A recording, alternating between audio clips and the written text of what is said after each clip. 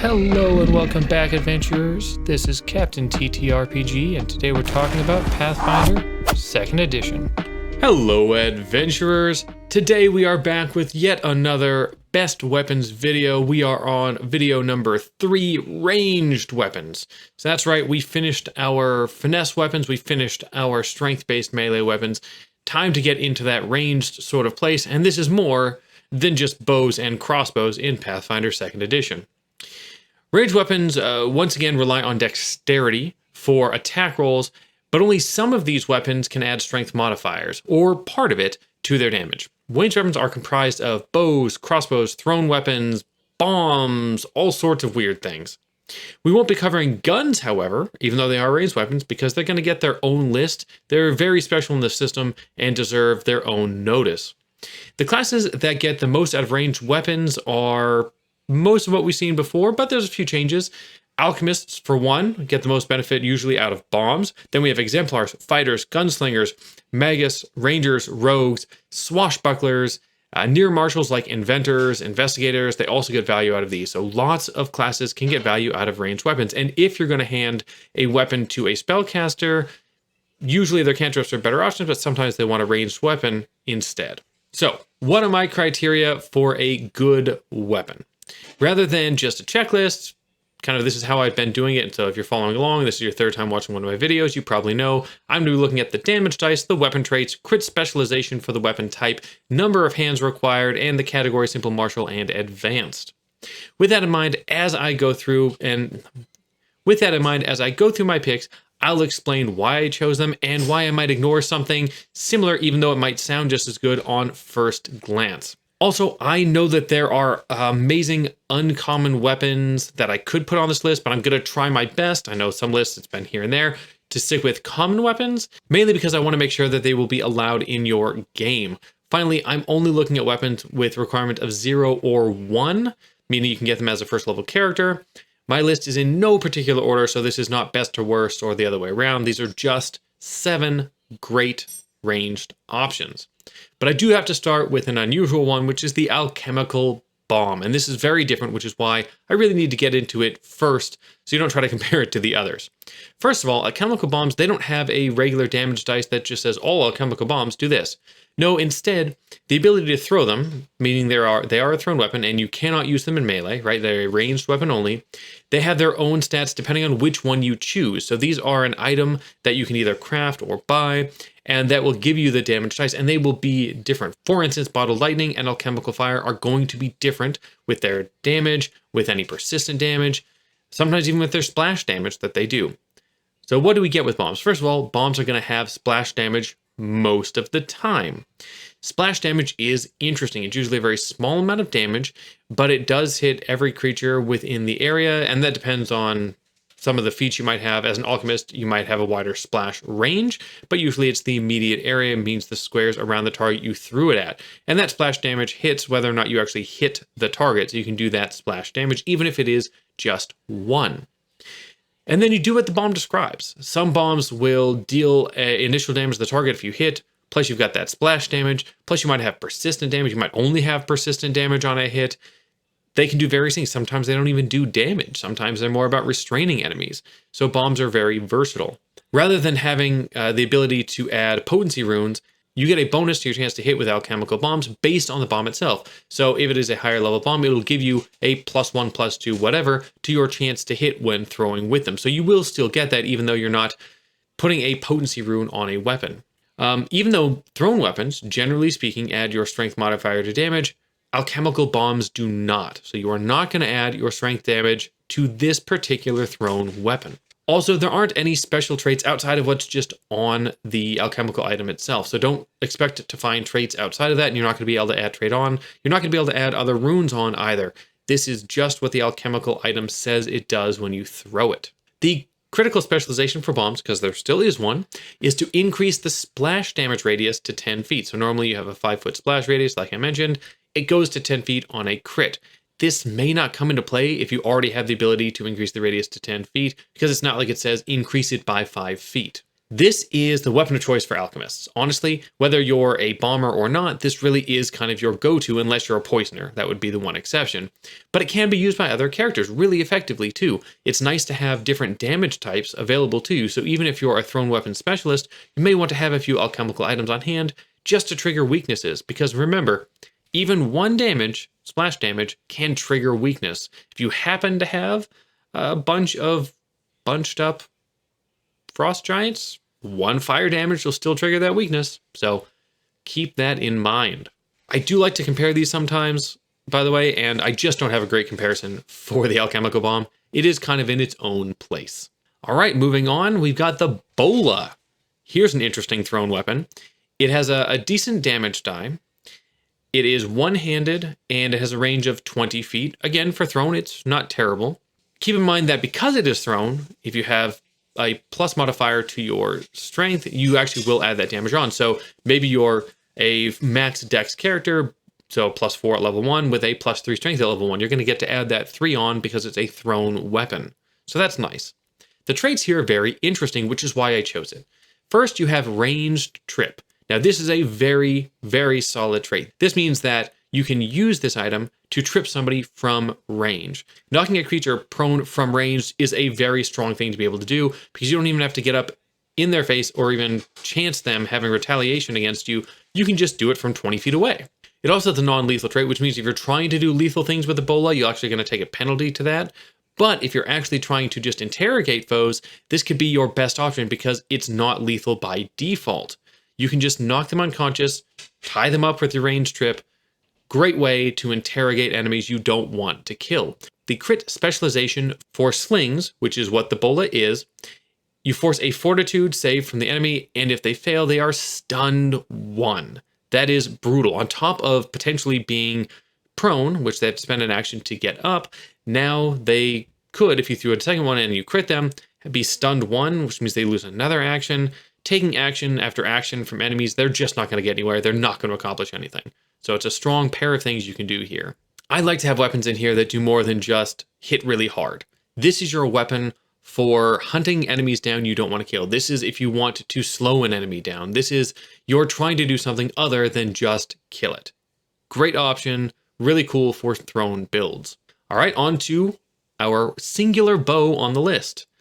Keep in mind that there are lots of bows. We'll talk about how this one compares. I put on here the Composite Shortbow. It's got a decent damage die of D6. Keep in mind, ranged weapons don't get the same damage die that melee weapons do. It is 1 plus hands, which means you can hold it in one hand, but it takes a second to fire it. Reload 0. Great, we don't want to have to be reloading. And a range of 60 feet. Not the longest range, but we'll get to that. So it's decent damage, but the traits are what we're looking for here. What are those traits? Well, it's got propulsive. Propulsive is great because what it does is it adds half of your strength modifier to your damage roll, so you can still get flat damage bonuses. Sure, at level 1, even if strength is your second highest stat, you're only going to get a +1, and then by the time you get to level 5, it'll go up to a +2 on your damage, but flat damage is flat damage. Don't underestimate how useful that is. The other trait it has is Deadly D10. Now, we see this on a lot of bows. We see the Deadly trait. Deadly D10, you're going to add a D10 if you crit after all the damage has been calculated. Great. This is how we get most of our damage out of ranged weapons, is on those crits. So this doesn't fall behind. The critical specialization for bows is sticking a target to their spot.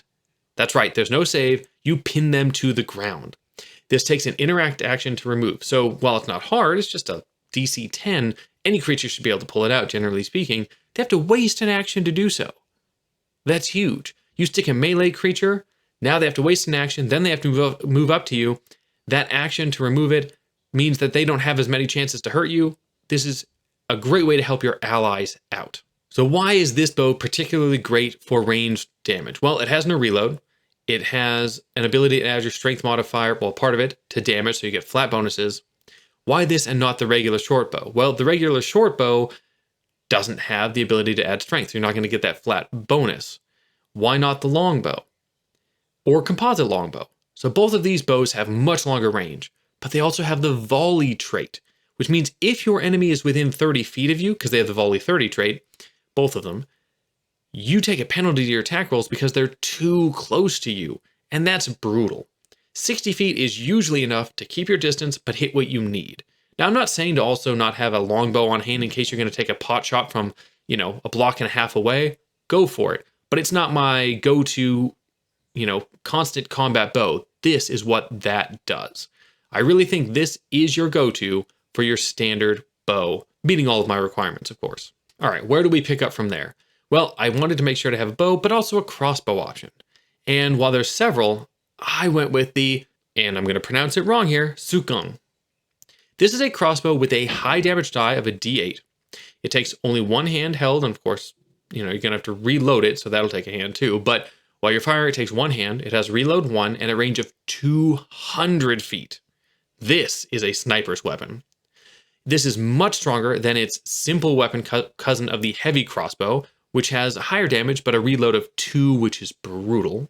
And it's better than the martial competitor, the Arbalist, which has a higher base damage but takes 2 hands, has less range, and has worse traits on it. This kind of hits our sweet spot. So what are those traits? The real trait we're here for is Fatal Aim D12. Deadly's great, Fatal is better. Fatal Aim means if you fire while holding it with 2 hands, you get the fatal trait, in this case a D12, turning all of your damage dice on a crit to D12s and adding 1 at the end. You want to deal a ton of damage from range when the enemy doesn't know you're there. This is how you snipe one of those minions right off a wall. This is a damage powerhouse, but that reload does make it a little painful in combat unless you're a gunslinger, in which case this can be a great choice for a lot of gunslinger builds who want to actually be bowslingers. The critical specialization for crossbows is persistent bleed damage, but higher than knives. So this is a D8 plus any potency rune bonuses, +1, 2, or 3, depending on where you're at. This can be nasty and cause heavy damage to anything you didn't instantly kill, which you probably can kill with this thing. If you're going to use a crossbow build because you're a bowslinger or because you just really love the concept of crossbows, or it's just a weapon you pull out to start combat and then switch it out, this would be my recommendation. I love it. There are other good crossbows, but this is the one that I think just really gets the damage in there and gets the job done. Because if you're using a crossbow, you're probably there to take people out.